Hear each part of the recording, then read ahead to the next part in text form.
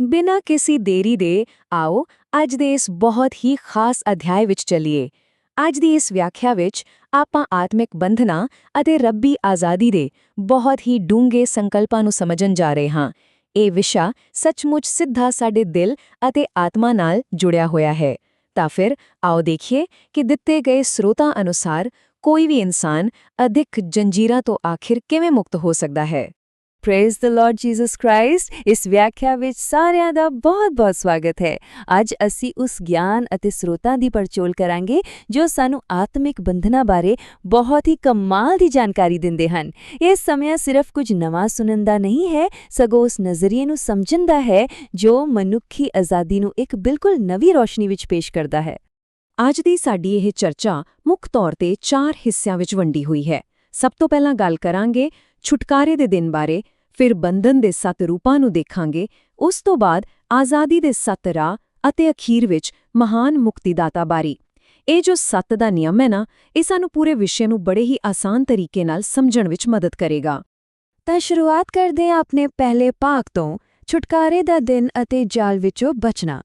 ਅੱਜ ਦੇ ਸਰੋਤਾਂ ਦਾ ਜੋ ਸਭ ਤੋਂ ਮੁੱਖ ਧੁਰਾ ਹੈ ਉਹ ਇਹੀ ਹੈ ਕਿ ਅਸਲ ਅਤੇ ਸਦਾ ਰਹਿਣ ਵਾਲੀ ਆਜ਼ਾਦੀ ਆਖਿਰ ਹੁੰਦੀ ਕੀ ਹੈ।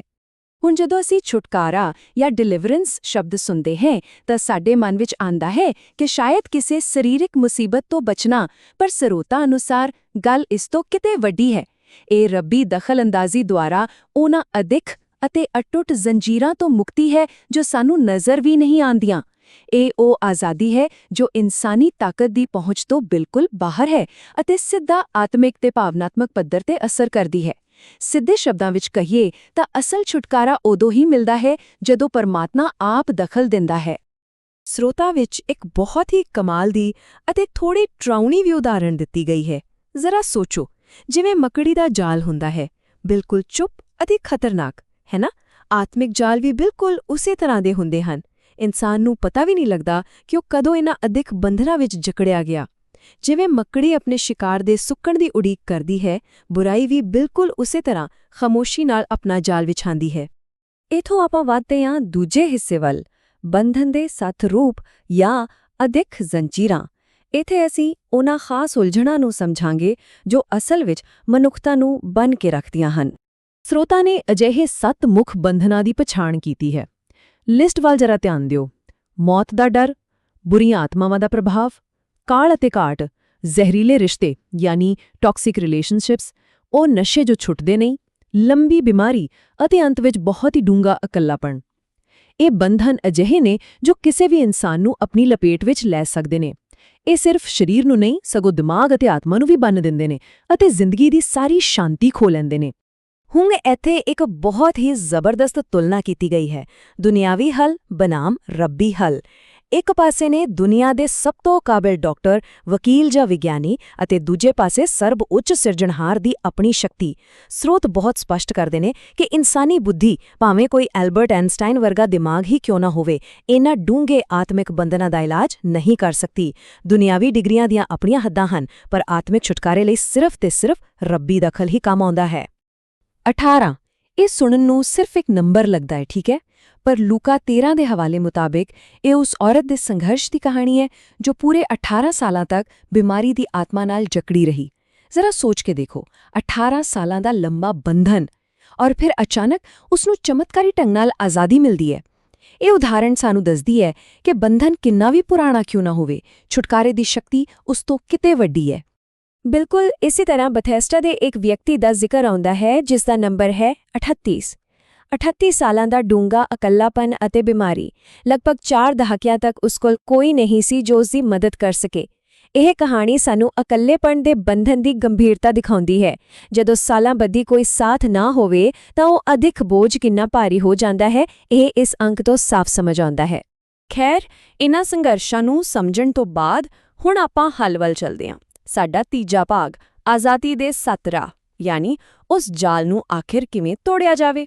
ਸਰੋਤਾਂ ਵਿੱਚ ਪਹਿਲੇ 3 ਕਦਮ ਬਹੁਤ ਹੀ ਸਿੱਧੇ ਅਤੇ ਸਪਸ਼ਟ ਨੇ।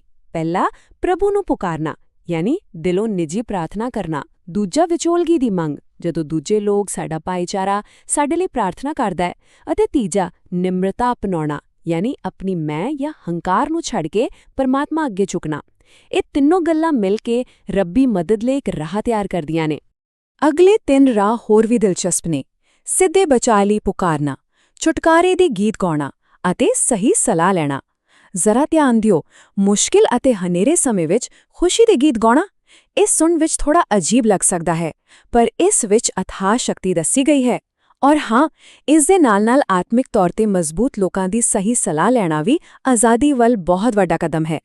ਜ਼ਬੂਰ 32:7 ਦਾ ਇਹ ਹਵਾਲਾ ਇਸ ਗੱਲ ਨੂੰ ਬਿਲਕੁਲ ਸਹੀ ਸਾਬਿਤ ਕਰਦਾ ਹੈ। ਇੱਥੇ ਲਿਖਿਆ ਹੈ, ਤੂੰ ਮੇਰੇ ਲੁਕਣ ਦਾ ਸਥਾਨ ਹੈ, ਤੂੰ ਮੈਨੂੰ ਦੁੱਖ ਤੋਂ ਬਚਾਵੇਂਗਾ ਅਤੇ ਮੈਨੂੰ ਛੁਟਕਾਰੇ ਦੇ ਗੀਤਾਂ ਨਾਲ ਘੇਰ ਲਵੇਂਗਾ। ਇਹ ਸ਼ਬਦ ਸਾਨੂੰ ਦੱਸਦੇ ਨੇ ਕਿ ਗੀਤ ਜਾਂ ਭਗਤੀ ਸਿਰਫ ਸ਼ਬਦ ਨਹੀਂ ਹਨ, ਇਹ ਉਹ ਹਥਿਆਰ ਨੇ ਜੋ ਆਤਮਿਕ ਚੁੱਪੀ ਨੂੰ ਤੋੜਦੇ ਨੇ ਅਤੇ ਮਨ ਨੂੰ ਤੁਰੰਤ ਸਕੂਨ ਦਿੰਦੇ ਨੇ। ਅਤੇ ਹੁਣ 7ਵਾਂ ਅਤੇ ਆਖਰੀ ਰਾਹ, ਜੋ ਸ਼ਾਇਦ ਸਭ ਤੋਂ ਖਾਸ ਹੈ, ਨਿਯੁਕਤ ਕੀਤੇ ਗਏ ਮੁਕਤੀਦਾਤਾ ਨੂੰ ਪਹਿਚਾਨਣਾ। ਦੇਖੋ, ਸਰੋਤ ਕਹਿੰਦੇ ਨੇ ਕਿ ਪ੍ਰਮਾਤਮਾ ਕਈ ਵਾਰ ਸਾਡੀ ਮਦਦ ਲਈ ਖਾਸ ਵਿਅਕਤੀਆਂ ਜਾਂ ਮਾਧਿਅਮਾਂ ਨੂੰ ਭੇਜਦਾ ਹੈ। ਸਾਡੇ ਆਲੇ-ਦੁਆਲੇ ਮੌਜੂਦ ਉਹਨਾਂ ਨਿਯੁਕਤ ਕੀਤੇ ਲੋਕਾਂ ਨੂੰ ਪਹਿਚਾਨਣਾ ਸਾਡੀ ਆਜ਼ਾਦੀ ਦੀ ਪ੍ਰਕਿਰਿਆ ਦਾ ਇੱਕ ਬਹੁਤ ਹੀ ਅਹਿਮ ਹਿੱਸਾ ਹੈ।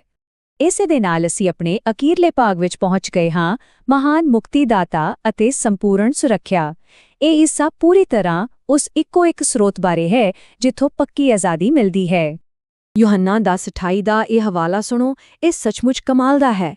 ਮੈਂ ਉਨ੍ਹਾਂ ਨੂੰ ਸਦੀਪਕ ਜੀਵਨ ਦਿੰਦਾ ਹਾਂ ਅਤੇ ਉਹ ਕਦੇ ਨਾਸ ਨਹੀਂ ਹੋਣਗੇ। ਕੋਈ ਉਨ੍ਹਾਂ ਨੂੰ ਮੇਰੇ ਹੱਥੋਂ ਖੋ ਨਹੀਂ ਸਕੇਗਾ। ਇਸ ਦਾ ਮਤਲਬ ਬਹੁਤ ਡੂੰਘਾ ਹੈ। ਇਹ ਸਾਨੂੰ ਯਕੀਨ ਦਿਵਾਉਂਦਾ ਹੈ ਕਿ ਰੱਬੀ ਛੁਟਕਾਰਾ ਇੱਕ ਐਸੀ ਸੁਰੱਖਿਆ ਦਿੰਦਾ ਹੈ ਜਿਸ ਨੂੰ ਦੁਨੀਆ ਦੀ ਕੋਈ ਤਾਕਤ, ਕੋਈ ਡਰ ਜਾਂ ਕੋਈ ਬਿਮਾਰੀ ਤੋੜ ਨਹੀਂ ਸਕਦੀ। ਇਹ ਅਸਲ ਵਿੱਚ ਵਿਸ਼ਵਾਸ ਦੀ ਸਿਖਰ ਹੈ। ਤਾਂ ਅੱਜ ਦੀ ਇਸ ਵਿਆਖਿਆ ਨੂੰ ਖਤਮ ਕਰਨ ਤੋਂ ਪਹਿਲਾਂ ਆਓ ਇੱਕ ਬਹੁਤ ਹੀ ਡੂੰਘੇ ਸਵਾਲ ਤੇ ਵਿਚਾਰ ਕਰੀਏ। ਕੀ ਪੂਰਾ ਵਿਸ਼ਵਾਸ ਇਨ੍ਹਾਂ ਮਜ਼ਬੂਤ ਇਨਸਾਨੀ ਜ਼ੰਜੀਰਾਂ ਨੂੰ ਸੱਚਮੁੱਚ ਤੋੜ ਸਕਦਾ ਹੈ? ਇਹ ਸਵਾਲ ਸਾਨੂੰ ਸਮਰਪਣ ਦੀ ਤਾਕਤ ਅਤੇ ਸੱਚੀ ਆਜ਼ਾਦੀ ਦੀ ਉਮੀਦ ਬਾਰੇ ਸੋਚਣ ਲਈ ਮਜਬੂਰ ਕਰਦਾ ਹੈ। ਇਨ੍ਹਾਂ ਸਰੋਤਾਂ ਦਾ ਇਹ ਵਿਸ਼ਲੇਸ਼ਣ ਆਤਮਿਕ ਗਿਆਨ ਨੂੰ ਸਮਝਣ ਦੀ ਕੋਸ਼ਿਸ਼ ਸੀ। ਇਸ ਖੋਜ ਅਤੇ ਸਿੱਖਣ ਦੇ ਸਫ਼ਰ ਵਿੱਚ ਸਾਥ ਦੇਣ ਲਈ ਸਾਰਿਆਂ ਦਾ ਬਹੁਤ-ਬਹੁਤ ਧੰਨਵਾਦ।